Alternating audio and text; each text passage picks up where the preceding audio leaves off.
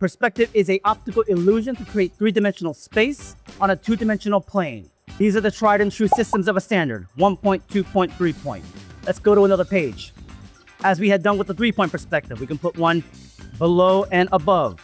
4 points of perspective. We can then arc the lines. And from this inside of a cube, we could establish from the 4 to a 5 point by establishing the central vanishing point, which then follows all the arcs and the curvature established from the 4 then to a 5th. So the 5th gives us a depth. The 4th gives us in the curvature of the distortion of the fisheye. This is the general rule as to what we're trying to do with it. What I want to show you now is how do I apply it? How do I actually use it? How important is it to follow the exactness of the rules, right? And in perspective, some of the problems that can come up in place here is that it's so technical that we're unable to discern how much of that technicality we really want to be able to bring in and how much play can we really give. Rules seem to be hard to break, especially within perspective, because without it, it seems like you break the image and it doesn't seem to read properly anymore. So what am I going to draw right now? Well, I have an interest of a theme based on things of Asian mythology. And of course, I've been drawing a lot of the Monkey King recently. I draw the Monkey King a lot, but it's also been really popular and famous because of a recent game. So I've been exploring that topic really deeply.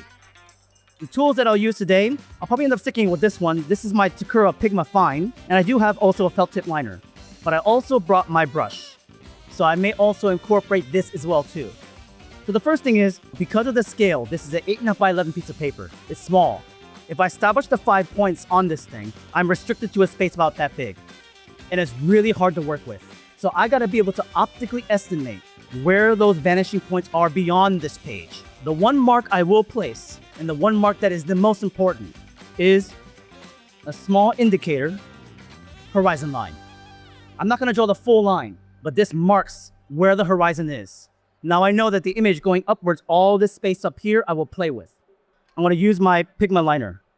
Let's go up this direction, and I'm not going to construct primitive forms. I am just gonna go straight in there. And I want this head to be some sort of like ogre-esque sort of thing, a giant floating head.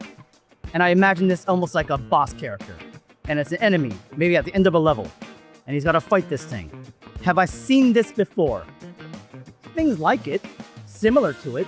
So as I have similar ideas, I then mix mash in my head right now. And so what am I thinking of directly? The very moment, a brow. A brow of some kind of head. So I'm pushing the shapes this direction. Going up that way, I'm gonna put a corner right here, and it's gonna go this direction. I'm gonna put slight little markers on here for you. This is what I'm seeing, going that direction. I want this to be a double head. Maybe I'll put an eye in the middle. And this will be another head facing this direction. 4 points going back this way.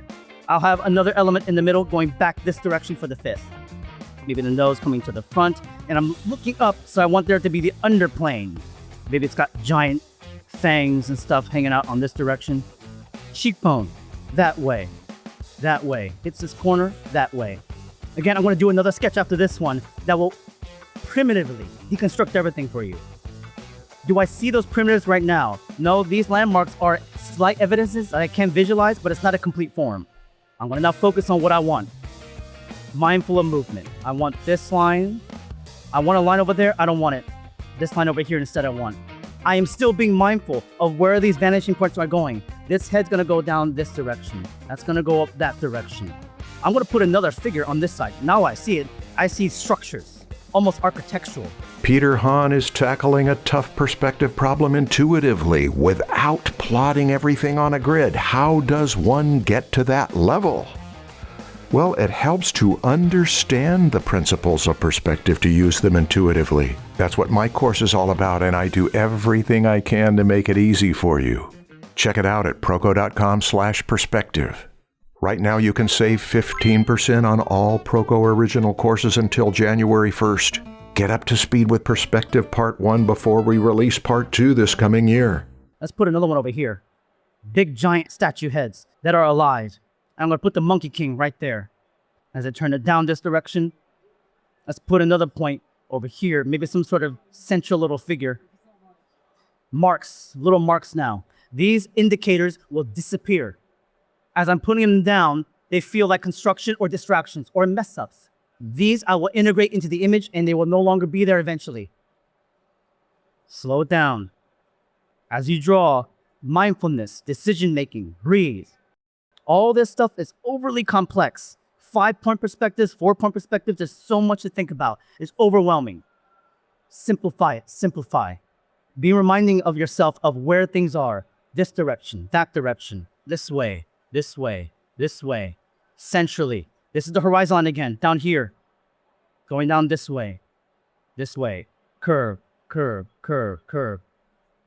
Mark, Monkey King, fit right there. Staff over here.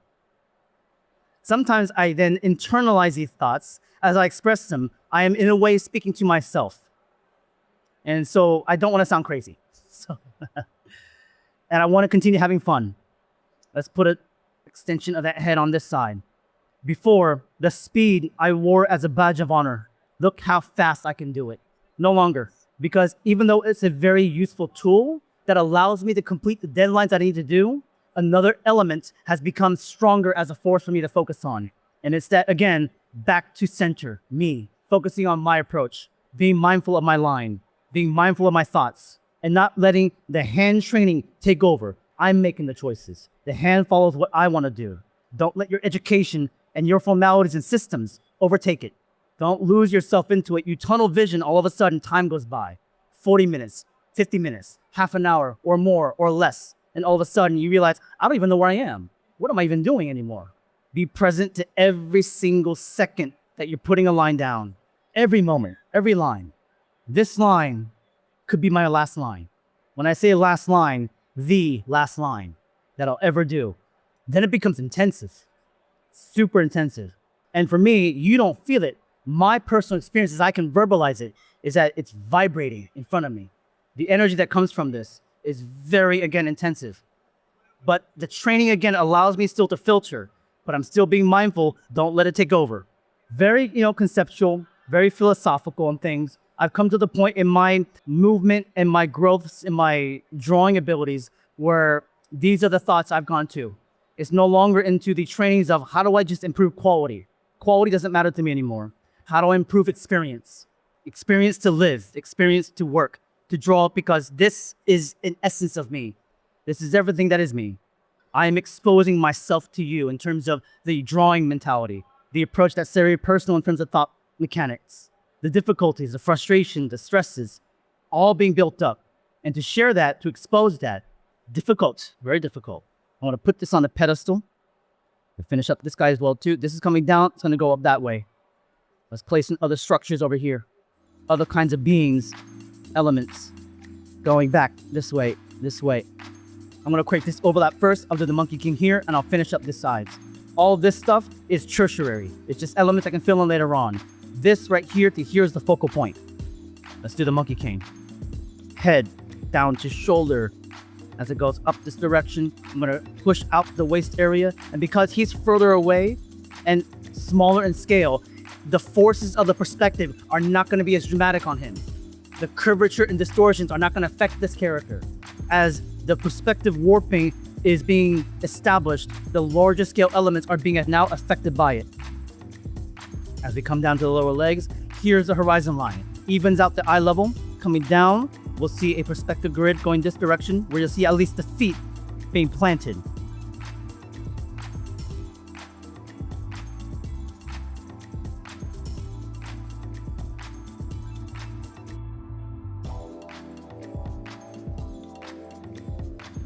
Placing the staff.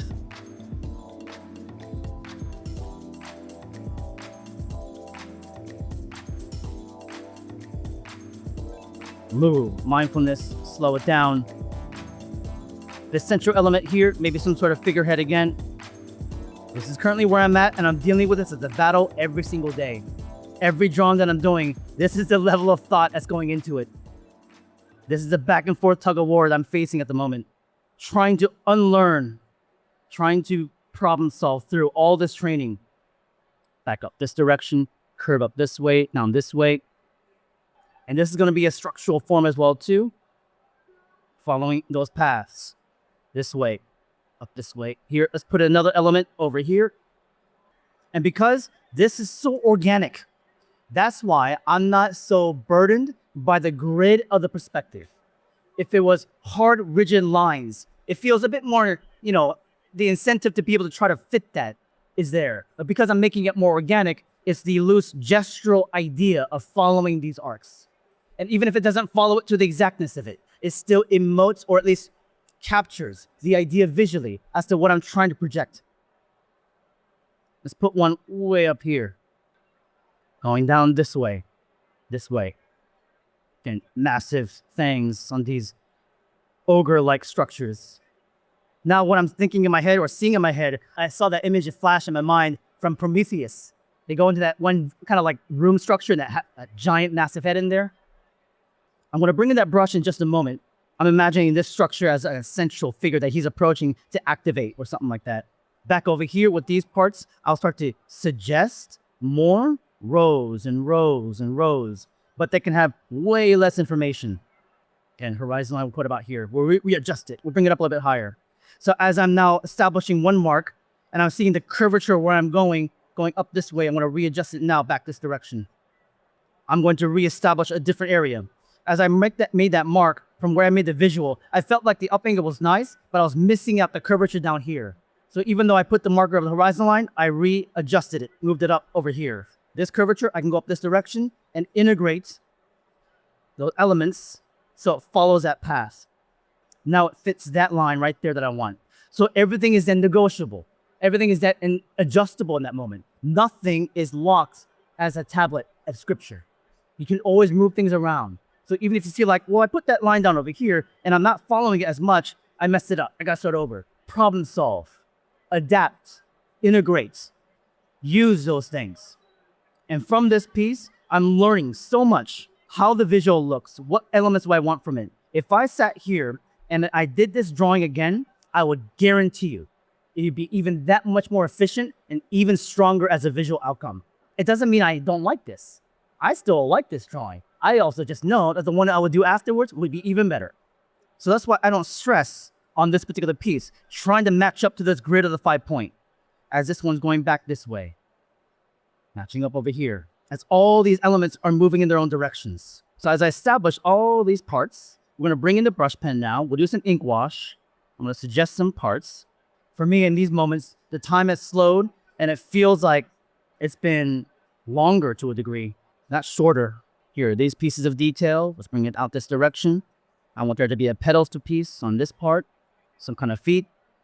As that becomes a pathway, I'm going to imagine a giant sort of like handle here he's going to interact with, as I'll have intricate little carvings and details, indications within.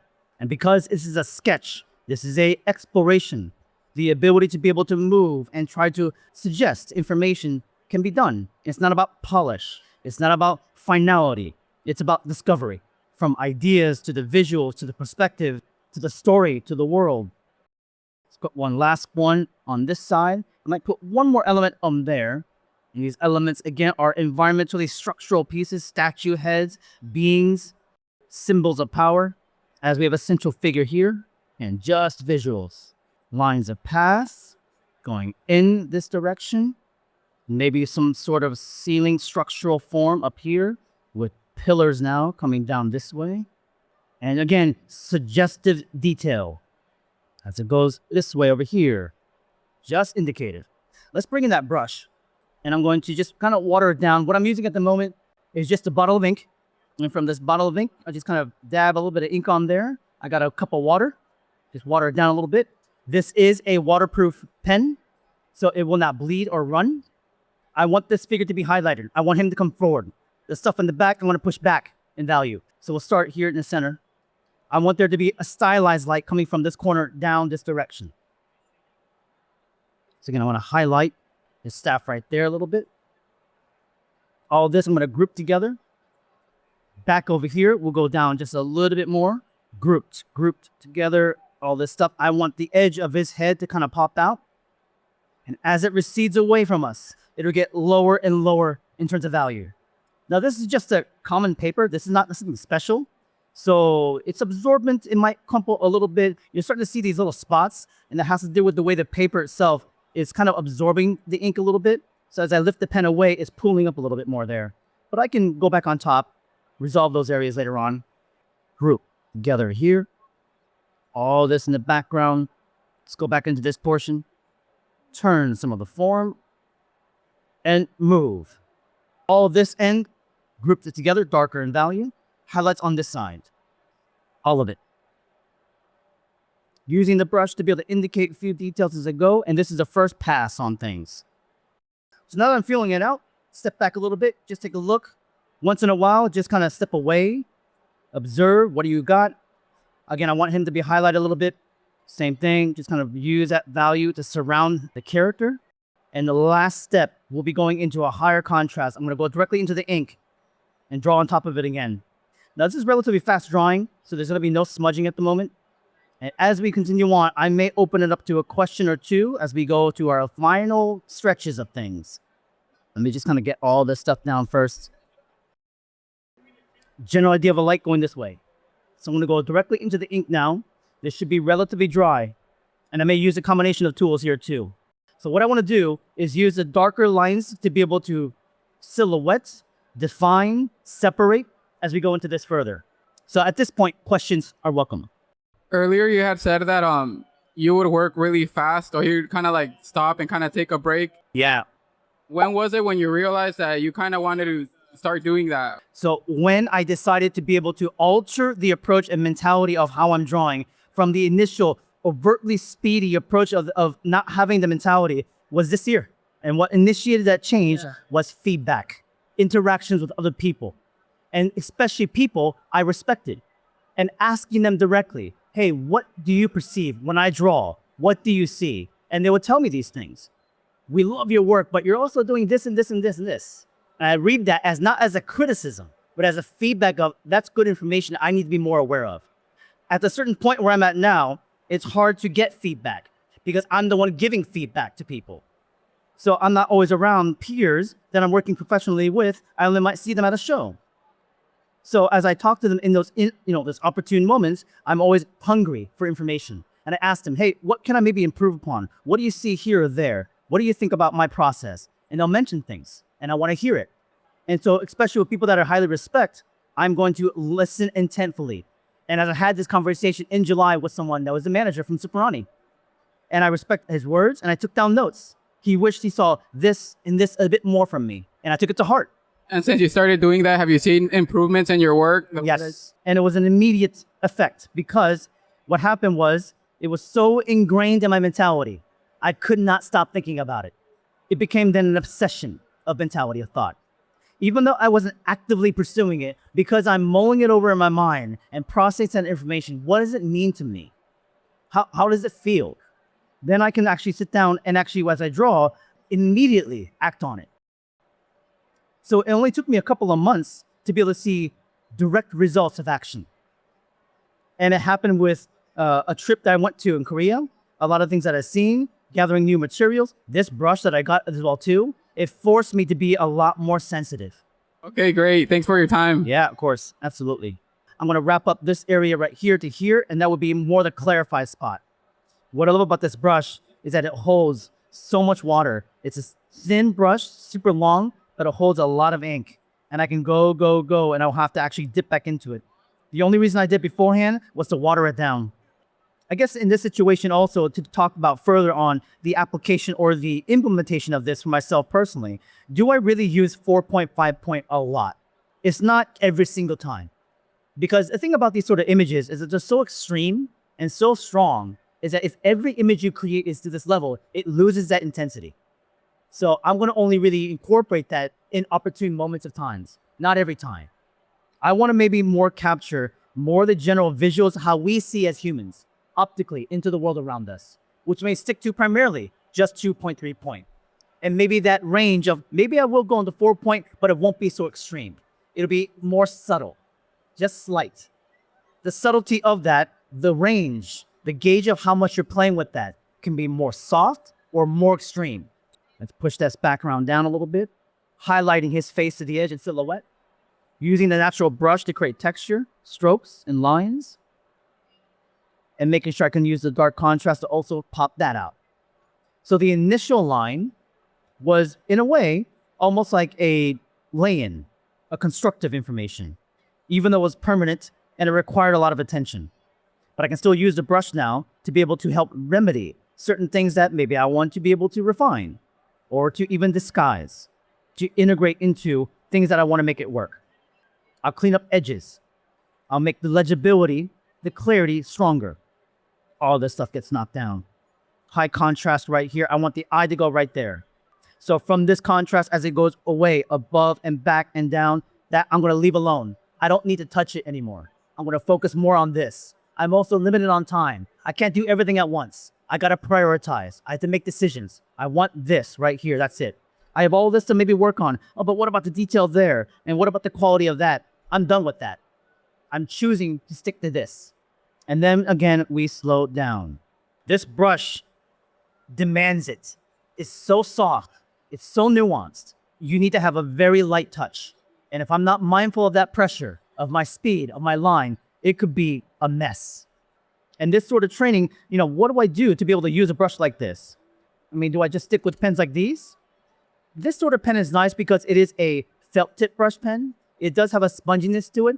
And you would use these tools to be able to exercise, build a muscle memory, but also use them to destroy, right? You can wear these tools out. You don't want to wear something like this out.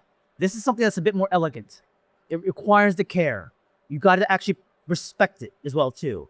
This one, I'm going to beat the crap out of and learn from this, right? Now we go to the one that we have to push in terms of being mindful. Test the limits of your materials.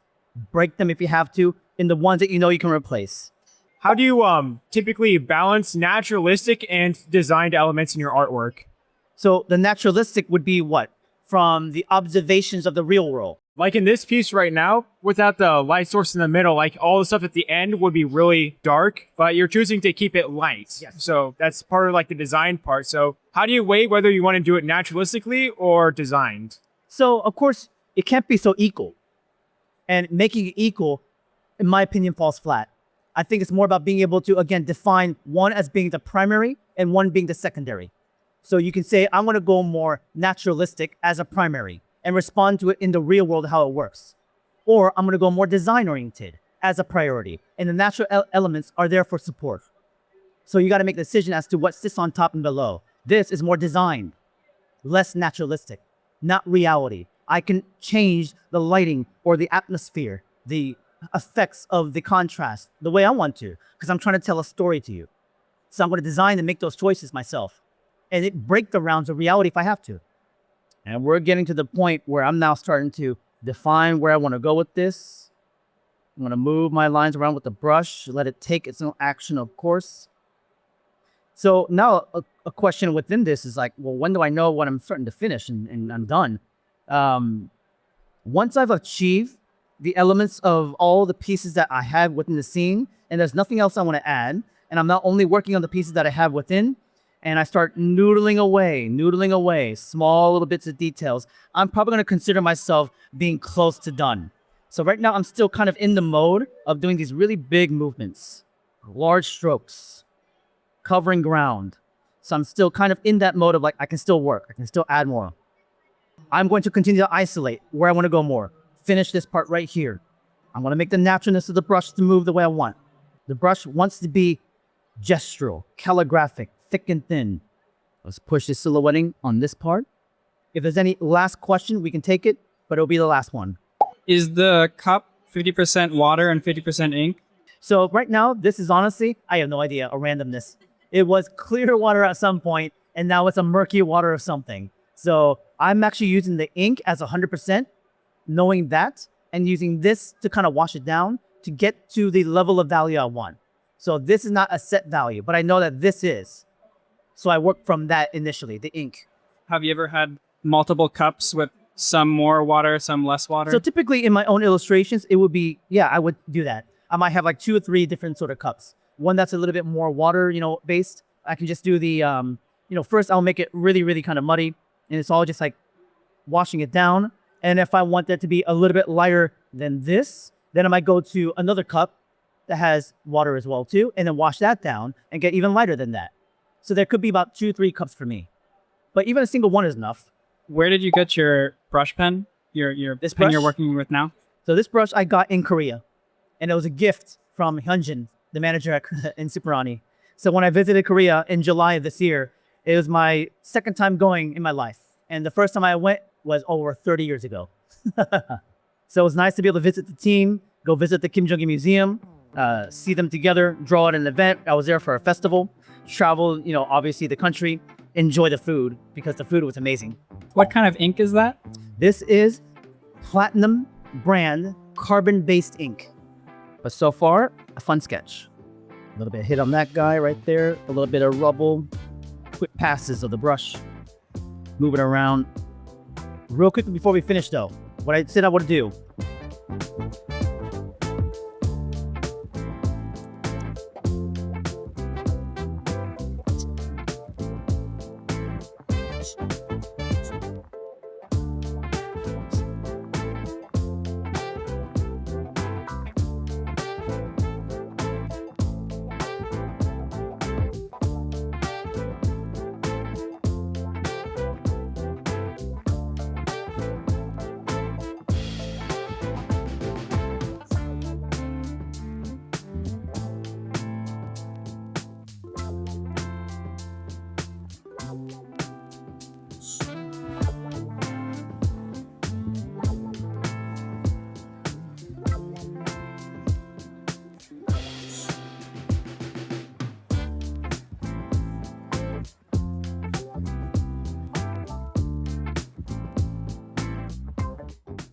Here are the elements that I had built previously, showing basically what I had in mind.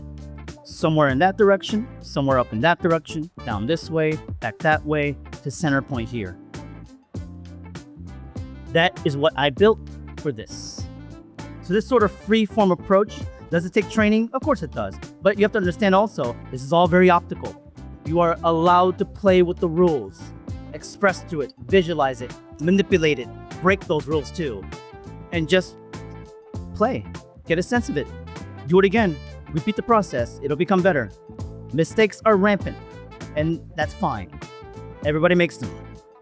But you won't know where they are unless I point it out to you. And I'm not going to. I'm still learning, I'm in no way a master of anything. Still a student, like everybody understands how they are approaching their things too. Always a student, always learning. Thank you guys. I hope you enjoyed it.